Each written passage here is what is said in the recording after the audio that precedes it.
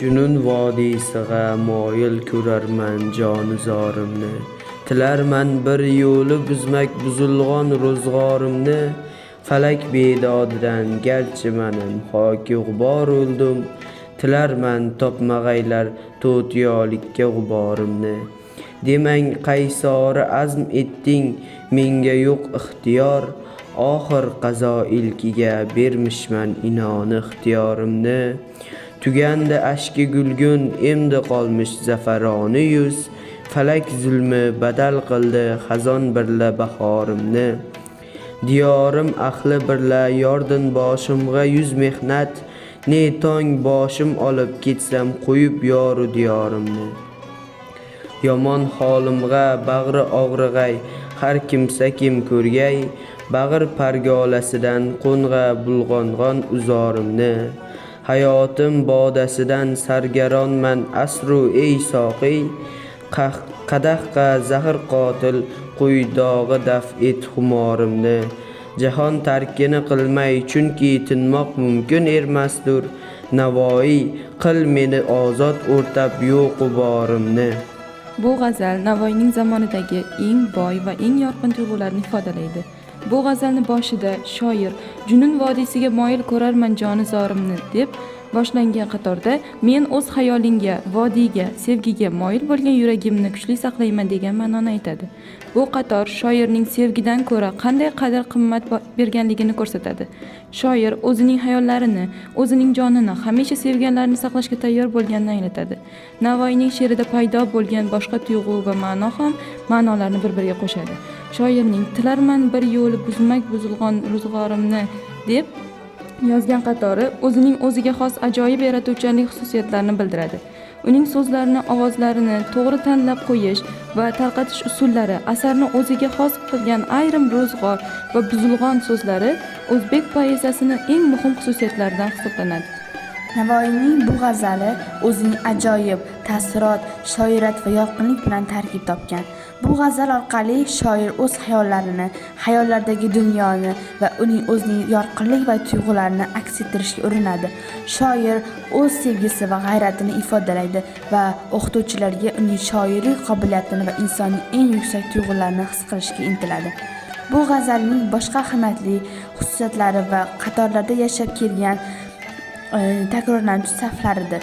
Shoirning o'z hayotining ahamiyatini qadr-qimmat qilib, o'z turli ahamiyatli voqealikni baholash uchun ayrim odamlar bilan muzokaralar olib borishi bu g'azalning boshqa zamonlardagi eng ajoyib va eng oddiy xususiyatlaridandir. Navoiyning bu g'azali o'zbek adabiyotining eng yorqin va mashhur asarlaridan biri sifatida e'tibor bilan qarash lozim. Bu g'azal Navoiyning shoiratining, so'zning taassurotlarini o'z ichiga olganlik va o'zbek adabiyotidagi ahamiyatini ifodalaydi. Ushbu g'azal bir til qoidalari va g'azalning asosiy xususiyatlari bilan tanish bo'lgan o'zbek adabiyotidagi so'z san'atining bezak yonidir. Meni men istagan o'z suhbatimga arjumat etmas. Meni istar kishining suhbatin ko'ngil pisand etmas. Na bahra topqon men andan ki mendan istagay bahra. Chu ulkim bahrai andin tilar men bahramand etmas. Netay xuru pari bazmen ki qatlim yo hayotimga. Ayon ul zahr chashim aylab nihon bu nushxand etmas. Kerakmas oy ila kun shaklikim husnu malohatin din. Ichim ul chok etmas, tanim ul band etmas. Kerak o'z chok buki majnun vashi qotil shiorim kim. Buzuq ko'nglimdin o'zga yer javloni samand etmas. Ko'ngil o'z charx zolidan firg'im yemakin oxir. Ajal sarishtasidan o'zga bo'yniga kamand etmas. Ul oy o'tluq yuzun otsa Navoiy tegmasun deb ko'z. Muhabbat tuxumidan o'zga ul o't uzra pispan etmas. Navoiyning uslubi va she'rlash xususiyatlari bu g'azalda ham ko'rinadi.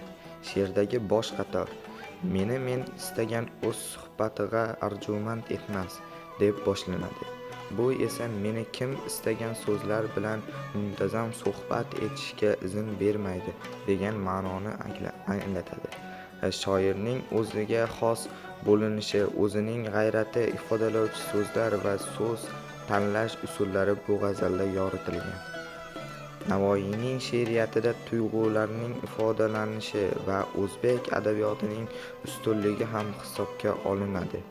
Uning so'zlari va so'z qo'yish olish usullari o'zbek poeziyasining xususiyatlari hisoblanadi. Bu g'azalda Navoiy o'z sevgisini, hayotining zarafat va zarafatchiliklarini ifodalaydi. Shoir o'zining hayotini, o'zining hissiy qiyofasini, o'zining yorqinlik va tuyg'ularini ham o'z ichiga olgan. Bu g'azalda tarqalishini, ritmi va boshqa she'riy tafsilotlarining shoirning engina xususiyatlari bilan bog'liq. Navoiyning so'zlarining yorqinlik va ko'p ovozlarni to'g'ri tanlash usullari, uning tarqalishi va ayrim so'zlar tuyg'ulari, ma'nolari ifodalaydi. Ushbu g'azalda Navoiy o'zining g'ayratini, g'ayratli bo'lishni, shoir voqelik bildirishni istaydi. Navoiyning g'azalida yozgan asarlarining maqsadi o'quvchiga nima bildirishni istaganligi anglatishi kerak. Bu g'azal orqali shoir o'z xayollaridagi dunyosi va uning tuyg'ularini ifodalaydi. Shoir o'z sevgisini, g'ayrati va shoiriy xususiyatlarini o'quvchilarga yetkazishga intiladi.